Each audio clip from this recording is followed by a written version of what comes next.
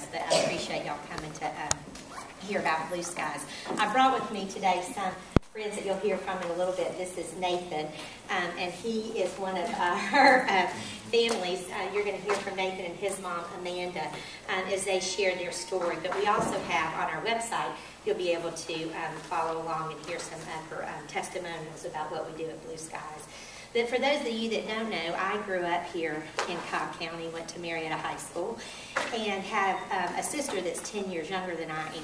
And when she was born, she had a lot of medical problems. And she spent a lot of time at Scottish Rite in Eggleston Hospital. And during that time, I was, trying to decide what I wanted to do with my life. And I knew I wanted to go to Georgia and be a bulldog, but I didn't know exactly what I wanted to do. And when my senior year of high school was sort of a pivotal time for me, because Julie ended up having some major complications, and we didn't know if they would be able to save her life at this time. And as a senior in high school, I spent quite a bit of time at the bedside with her, and I watched those nurses make such a significant impact in her life. I believe ultimately it was God's hand that saved her life, but the doctors and nurses sure had a lot to do with it.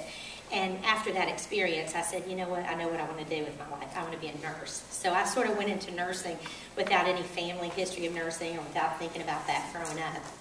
But I wanted to go and see if I couldn't help someone like those nurses had helped my sister. I had no idea what my life would, what would unfold as the years went by. But I did go to University of Georgia, Medical College of Georgia, and I became a nurse. And when I got out, I took a job at Scottish Rite Hospital. And the recruitment department was very wise. They showed us a video from Camp Sunshine, which is a summer camp for kids with cancer.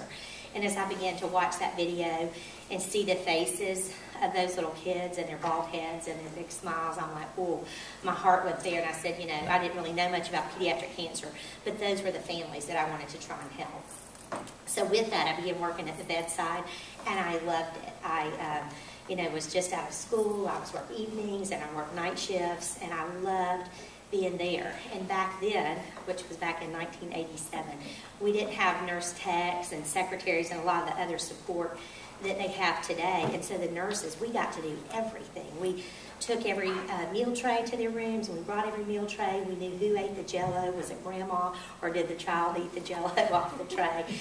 But during that time, it really helped me build relationships with these families. And I began to see that while these kids had this hideous disease of cancer, it wasn't just that child that was impacted.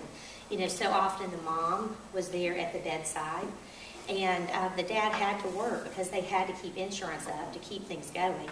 And then the siblings were with whoever could keep them, grandparents, neighbors.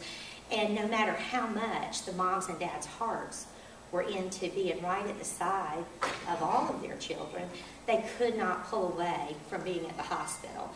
So night after night, week after week, month after month, and literally year after year, these kids went through treatment. And oftentimes they would get better at the end. And even in the time since I've been a nurse, the cure rate is really rising. But it doesn't change the fact or the impact of what happens to the family.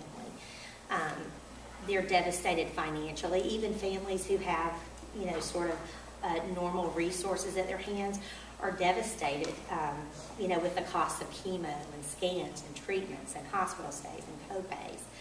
And, relationally, if you can even get your arms around this, they don't say this, but imagine if the doctor said, I'm sorry to tell you this, but your child has cancer, and by the way, you'll probably be divorced in a couple of years. And that's, devastating what it does to the family.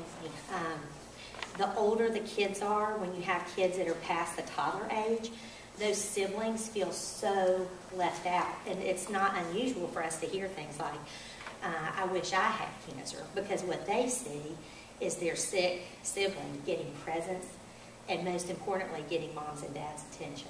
And so that really was bothersome for me, because I grew up in Marietta, have a huge family. My mom's the youngest of 6. We're sort of like the Clampetts wherever we go.